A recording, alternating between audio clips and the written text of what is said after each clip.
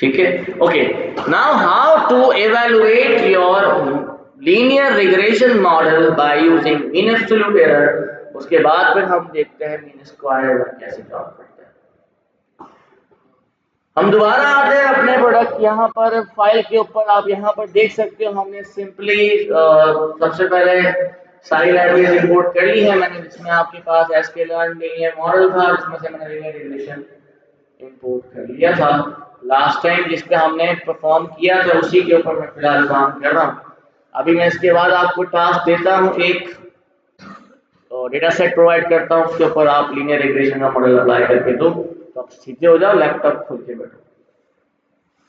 Here it is imported. Now I have used my CSV, head check किया, heat map चलाया, सब कुछ करने के बाद लीनियर मॉडल आपका यहाँ पर आ गया, ट्रेन किया, फिट किया, प्रेडिक्ट कर दिया। ठीक है, अब ये देखो आपके पास इन दोनों के दरमियान में कहीं ना कहीं आपको डिफरेंस नजर आ रहा था, बट स्टिल मुझे नहीं पता चल रहा कि भाई कितनी वैल्यूज है। चलो यहाँ तो कम वैल्यूज है, तो मैं फिर भी कहीं ना कहीं आइडेंटिफाई कर रहा हूँ, पर हम नॉर्मली इस तरीके से नहीं देख सकते कि हमारा मॉडल परफॉर्म कर भी रहा है कि नहीं कर रहा, तो मैं इसको फिलहाल हटा देता हूँ।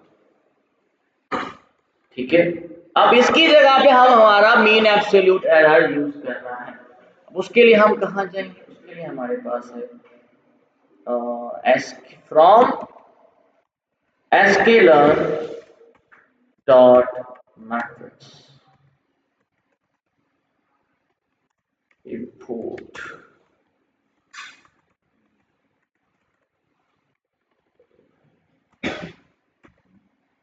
mean absolute error. This is a function that has been used for getting the mean absolute error of your model.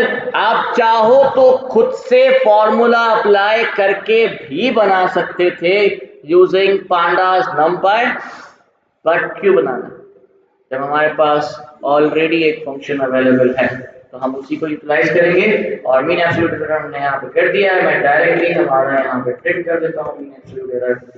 ठीक है, और इसके अंदर हमने बता दिया इसको मीन एब्सोल्यूट एरर। अब मीन एब्सोल्यूट एरर को चाहिए क्या?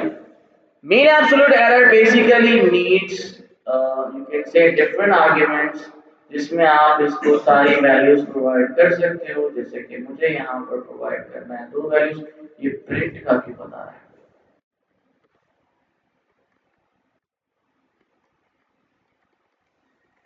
ना, सबसे पहले आपने इसको प्रोवाइड करना है y ट्रू वैल्यू, मतलब एक्चुअल वैल्यू, y प्रेडिक्ट मतलब प्रेडिक्टेड वैल्यू। ये दो चीजें आपने इसको प्रोवाइड करनी है। तो सबसे पहले हम इसको प्रोवाइड करेंगे एक्चुअल वैल्यू, तो आपकी एक्चुअल वैल्यू हो जाएगी y टेस्ट, तो ये y टेस्ट। ठीक है, ये हो गया y टेस्ट आपका, कॉमा, और प्रेडिक्टेड वैल्यू का नाम हमने रखा था y predict, simple। now this is the mean absolute error of your model. Now how to decrease it, how to increase it?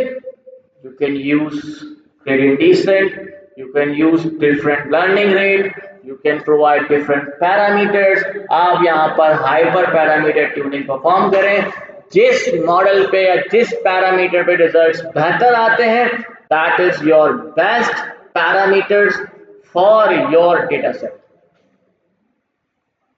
I hope समझ आ गया मीन एब्सोल्यूट एरर।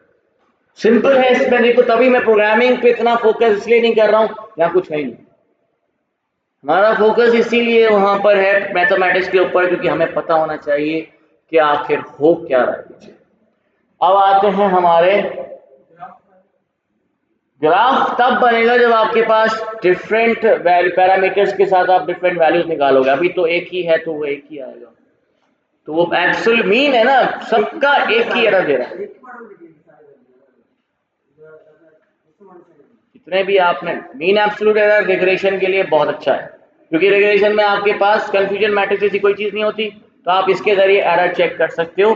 सारे डेटा पॉइंट्स और सारी प्रेडिक्शन के दरमियान मीन मतलब average error rate क्या आ रहा है, सब में 77 एवरेज एरर रेट आ रहा है, ये परसेंटेज नहीं है, मैं पहले ही बता रहा हूं, this is not the percentage, this is the value, actual value, ये एक्चुअल वैल्यू है, ये परसेंटेज नहीं है। 77 वैल्यू है, मतलब 77 वैल्यू का डिफरेंस आ रहा है एक्चुअल में और प्रिडिक्शन में। हाँ नहीं, एक्चुअल ये कभी भी नेगेटिव नहीं हो सकता, ये पॉजिटिव ही रहेगा, क्योंकि हमने नेगेटिव वैल्यूज को पॉजिटिव बना दिया था, तो नेगेटिव हो ही नहीं सकता, मीन तो वैसे ही पॉजिटिव ही आएगा। नहीं, डिपेंड करता है ना, अगेन ये डिपेंड करता है। अब फॉर एग्जांपल यहाँ पर जो डेटा पॉइंट्स थे वो अगर देखे जाए तो वो 300 400 ये डेटा पॉइंट्स आ रहे थे, यहीं पर अगर 1000 10,000 आ जाए और उधर आप देख लो 70 का, तो वो तो सही है, उसके हिसाब से 70 आ रहा तो बहुत सही है, क्योंकि इतना फर्क ही नहीं है, तो बहुत एक्यूरेट है वो तो इसका हम ऐसा अंदाजा नहीं लगा सकते। इसके लिए हम आएंगे नेक्स्ट।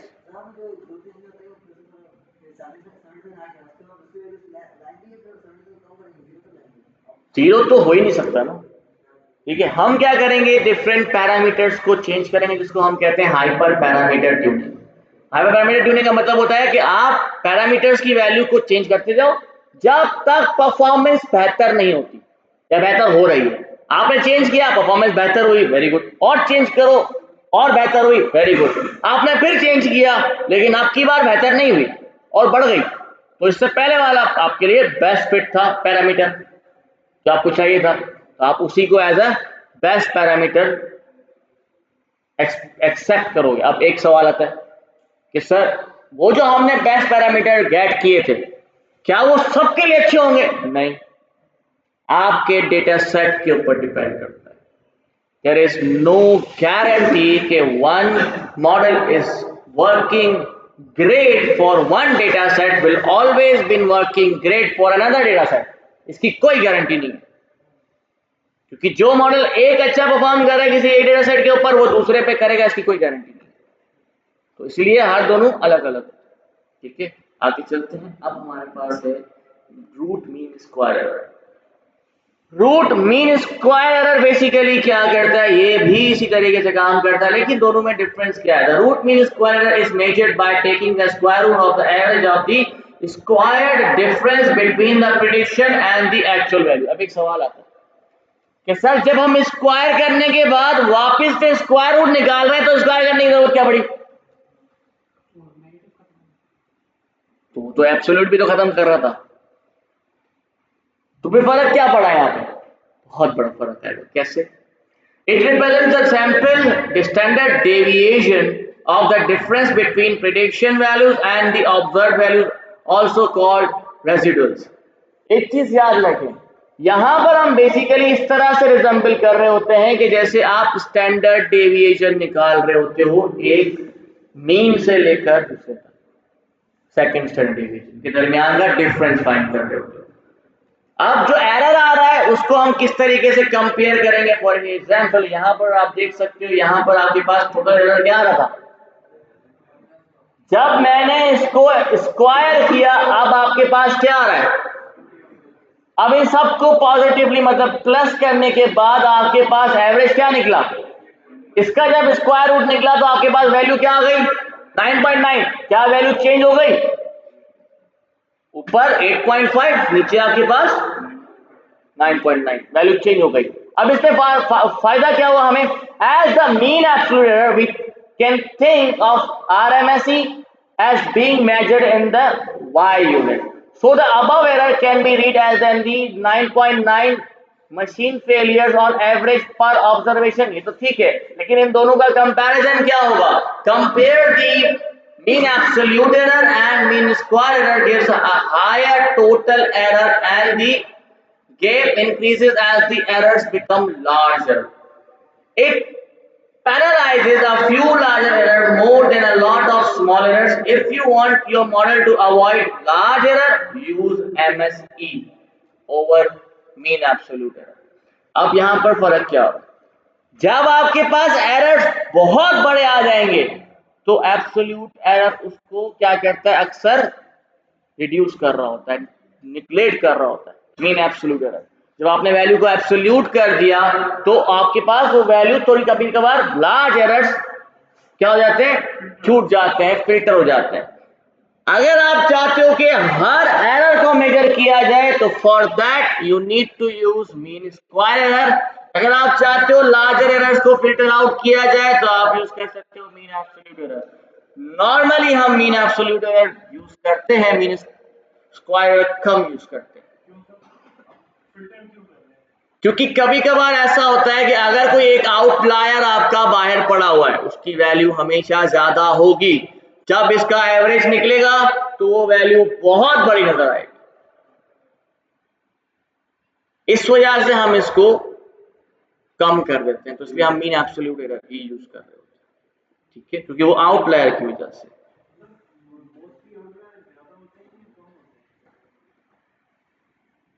मतलब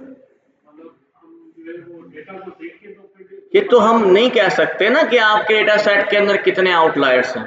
I can not predict that, it depends on the data collection, data कैसे कलेक्ट किया गया।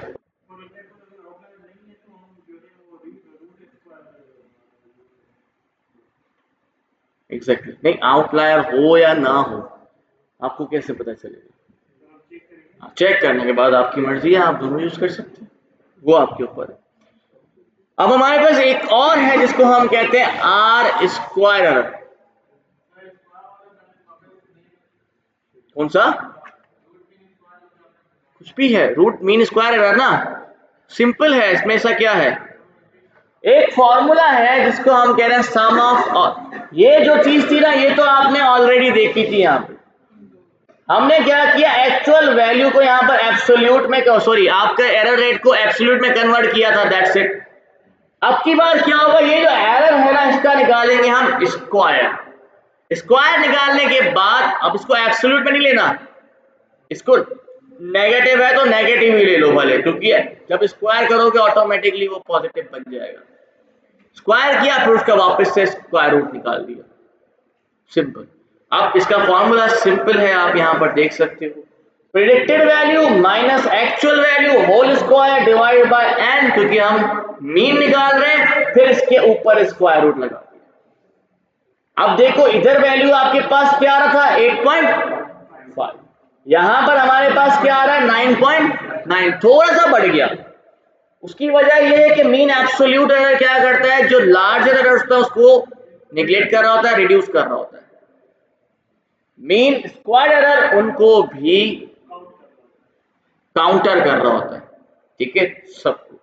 अब इसकी जरूरत क्या है, कौन सा बेहतर है, आप मीन स्क्वायर एरर भी यूज कर सकते हो, मीन एब्सोल्यूट एरर भी यूज कर सकते हो। लेकिन अगर आप चाहते हो कि आप सारे एरर्स को काउंट करो, लार्जर एरर्स को भी देखो, मीन स्क्वायर एरर। अगर आप चाहते हो कि नहीं जो आउटलायर है क्योंकि उसमें बहुत ज्यादा बड़ा फर्क होगा, उसको आपने रिड्यूस करना है, तो for that you can use mean absolute error. दोनों चीजें आप यूज कर सकते हो। डेटा का इससे कोई ताल्लुक नहीं, ये खुद ही करेगा उसका इससे कोई ताल्लुक नहीं, डेटा कितना ही बड़ा हो कितना भी छोटा हो। एक और चीज है, it measures how, this is the R square error. अब ये भी हमारे पास एक एरर है, अगर आप इसको प्रोग्रामेटिकली देखना चाहो तो मैं वो भी आपको दिखा देता हूँ। थोड़ा सा यहाँ पर फोकस कर लें, बहुत इंपॉर्टेंट चीजें हैं, हम लोग पता नहीं क्यों इस चीज को फोकस नहीं कर रहे हैं। Model banana is not important, model का अच्छा परफॉर्म करना इम्पॉर्टेंट है। वो तभी पता चलेगा जब आपके पास डिफरेंट चीजें हो, जैसे कि यहाँ पर आप देख सकते हो, this is the mean square error, this is just mean square error, it is only mean square error. यहीं पर आपके पास एब्सोल्यूट भी आ जाएगा, oh sorry, root mean square error, this is for the root mean square error. तो आप ये भी यूज कर सकते हो, इसको भी हम परफॉर्म कर लेते हैं, तो मैं यहाँ पर यूज कर लेता हूँ। यहाँ पर भी वही सेम चीज आपने प्रोवाइड करनी है, फॉर एग्जाम्पल दिस इज, और मैं इसको प्रोवाइड करता हूँ। अब एक काम करते हैं, इसको हम प्रिंट निकाल लेते हैं, ठीक है, ये हो गया आपका, इसको हम कहते हैं मीन एब्सोल्यूट एरर, और ये हो जाएगा आपका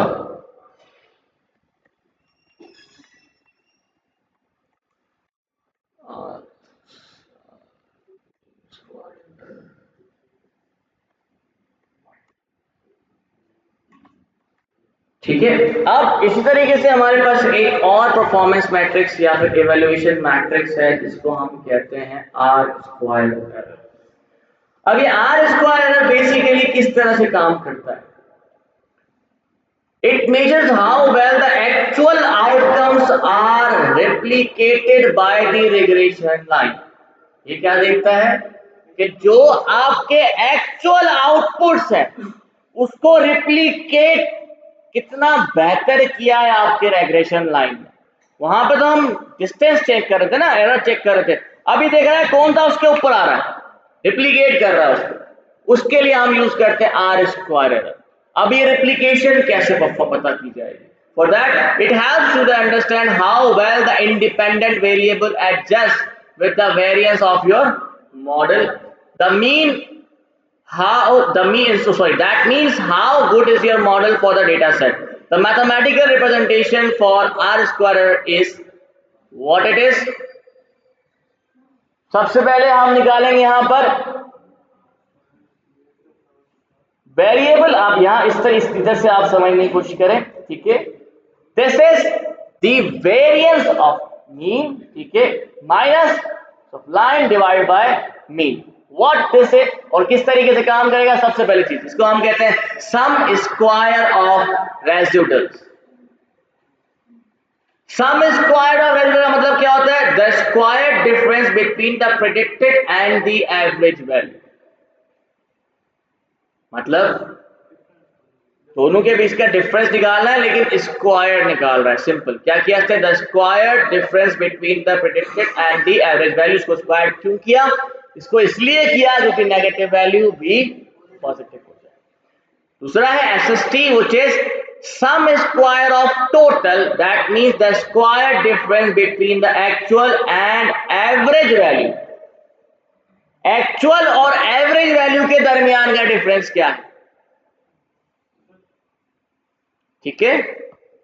फॉर्मूला में दोबारा आप देख सकते हो एसएसआर डिवाइड बाय एसएसटी। यहां पर आप देख सकते हो आपके पास, ये चेक करें आप, थोड़ा सा देखिए इसको अच्छे तरीके से, फॉर्मूला को देखिए। What it is the square root of residuals, but यहां पर मीन के साथ डिफरेंस चेक किया जा रहा है। देखो ये मीन है ना, वाई बार क्या था? मीन था। इस तरीके से यहां पर ये हो जाएगा आपका वाई हैट, मतलब predicted value, minus mean of actual value. तरीके से नीचे आ जाओ, ये क्या कह रहा है? Actual value actual value minus mean. इन दोनों का स्क्वायर निकालने के बाद इन सबको सम करेंगे और डिवाइड करेंगे, आपके पास इजीली आर स्क्वायर आ जाएगा। अब इससे फायदा क्या होगा? This is the mean line. हमें देखना मीन से कितना दूर है आपके डेटा पॉइंट्स। कैसे? अगर आपने देखा कि आपका जो एक्चुअल वैल्यू थी सबसे पहले, क्योंकि पहले ऊपर क्या था? प्रेडिक्टेड पॉइंट था ना, हम प्रेडिक्टेड की बात करते हैं। मीन से प्रेडिक्टेड पॉइंट के दरमियान का डिफरेंस कितना है? ये चेक किया, डिवाइडेड बाय मीन से एक्चुअल पॉइंट का डिफरेंस कितना है। अब अगर दोनों का डिफरेंस एग्जैक्टली सेम है तो इसका मतलब ये उसके ऊपर ओवरलैप कर रहा था, उसको रिप्लीकेट कर रहा है, बिल्कुल एग्जैक्टली सेम आ गया तो एरर जीरो। एग्जैक्ट सेम है, डिवाइड करोगे ना, एरर रेट आर स्क्वायर हमेशा 1 आ जाएगा अगर आपके पास कोई एरर नहीं होगा। ऐसे ही है क्योंकि दोनों आपके अगर सेम है डिफरेंस, यहां से डिवाइड कर दिया, इसको ऊपर आपने मल्टीप्लीकेशन में, नीचे डिवीजन में, ऑटोमेटिक खत्म हो जाएगा, आपके पास वैल्यू 1 बचेगी अगर दोनों सेम है। तो थोड़ा सा डिफरेंस होगा तो आपके पास वो डिफरेंस बता देगा कि मीन से और उसके दरमियान का डिफरेंस दोनों में कितना है। ठीक है, पोजीशन का डिफरेंस चेक करेगा। ये और भी अच्छा परफॉर्म करता है क्योंकि यहां पर हम देख रहे होते हैं वेरिएंस ऑफ आवर डेटा। इसमें हमें एक फायदा होता है कि जो आपके आउटलायर्स हैं वो ऑटोमेटिकली हमें वाजे हो जाते हैं। यहां पर कोई एवरेज नहीं निकाल रहे, यहां पर कोई एवरेज हम नहीं निकाल exact. Now here you can see that सबसे पहले हमने वही सेम चीज करेंगे। हम यहाँ पर हमने क्या किया, आपके पास था this is the error here, ठीक है, and this is the error from mean line, सही है। मीन लाइन से कितना फर्क आ रहा है, this is the actual error. हमें क्या चाहिए, सबसे पहले y minus y hat whole square निकालोगे तो आपके पास वैल्यू आ जाएगी आर स्क्वायर, ठीक है। इसी तरीके से आपने यहां पर निकाला तो आपके पास यहां पर इसका स्क्वायर निकाला, ये आपके पास वैल्यू आ गई। सबको सम किया, एवरेज निकाला, दिस इज योर वैल्यू। इन सबको आपने डिवाइड किया, now here you can see आपके पास easily 0.85, this is the difference between the mean location. अब इसको अगर हमने यूज करना है तो वो हम कहां पे यूज कर सकते हैं, या कैसे हम यहां पर इंपोर्ट कर सकते हैं। अगेन वहीं सेम से मिलेगा आपको, from sklearn dot matrix import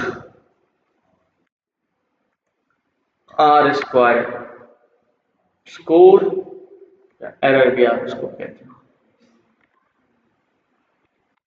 simply हमने इसको प्रिंट कर दिया, प्रिंट करने के बाद हमने उसको बताया भाई ये हमारा आर स्क्वायर स्कोर है और ये हमारा हो गया are to score.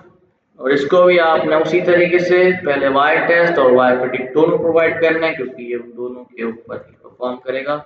Now here you can see your output score is 0.83, that means कि हमारे दोनों मतलब प्रेडिक्टेड पॉइंट और एक्चुअल पॉइंट 83% एक दूसरे को रेप्लिकेट कर रहे हैं। That means our model is performing great. अब एक सवाल था कि 77 को हम क्या समझे, अच्छा परफॉर्म कर रहा है या फिर बुरा परफॉर्म कर रहा है, क्योंकि यहां पर तो हमारे पास कोई चीज को समझने के लिए था नहीं, हमारे पास डिफरेंस था, क्योंकि डिपेंड करता है वैल्यू 1000 में तो 77 बहुत अच्छा है, वैल्यू है ही 100 में तो 77 बहुत बुरा है। दोनों चीजें थी ना हमारे पास, तो हम इसको कैसे समझेंगे, हमने क्या किया, सिंपली इसका निकाला आर स्क्वायर। अब हम ये दो चीजें देखेंगे, आपके पास डिस्टेंस कम है, दूसरा आपका आर स्क्वायर स्कोर ज्यादा है। जितना अच्छा उतना ज्यादा एक दूसरे को रेप्लिकेट करेगा। मैंने आपको बताया था अगर दोनों का डिस्टेंस सेम है, प्रेडिक्ट मीन वैल्यू से लेकर प्रेडिक्टेड पॉइंट का डिस्टेंस, मीन वैल्यू से लेकर एक्चुअल पॉइंट का डिस्टेंस एग्जैक्टली सेम है, तो वो एक दूसरे को ओवरलैप कर रहा होगा। जब ओवरलैप कर रहा है तो इसका मतलब एक्चुअल वैल्यू दे रहा है, और एक्चुअल वैल्यू दे रहा है इसका मतलब डिवाइड करो 1 आएगा हमेशा। तो 1 का मतलब 100% resemblance in our prediction and actual value. तो अब अगर आपसे कोई पूछे आपका मॉडल परफॉर्म कर रहा है कि नहीं कर रहा अच्छा परफॉर्म, आप सबसे पहले निकालोगे मीन एब्सोल्यूट एरर कि टोटल हमारे पास कितना एरर आया, फिर आप निकालोगे मीन स्क्वायर एरर कि भाई ये दो एरर्स हैं हमारे पास विद आउटलायर्स, ये रिजल्ट आ रहे हैं हमारे पास। अब तो हम क्या नाम दें, परफॉर्मेंस अच्छी है या बुरी है, तो हम निकालेंगे R2 स्कोर। R2 स्कोर आपको ये बताएगा कितना परसेंट रिजेम्बलेंस आ रही है। आपने कहा 83%, 80 से ऊपर है, that means your model is performing great, not greatest but बहुत अच्छा परफॉर्म कर रहा है। 80% is so much good. Zero जितना 1 के करीब होगा उतना अच्छा परफॉर्म कर रहा है, जितना 0 से करीब होगा उतना बुरा परफॉर्म कर रहा है।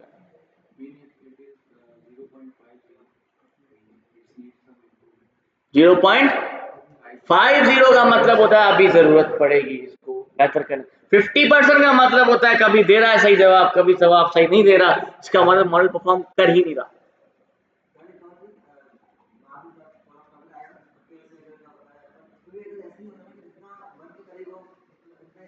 F1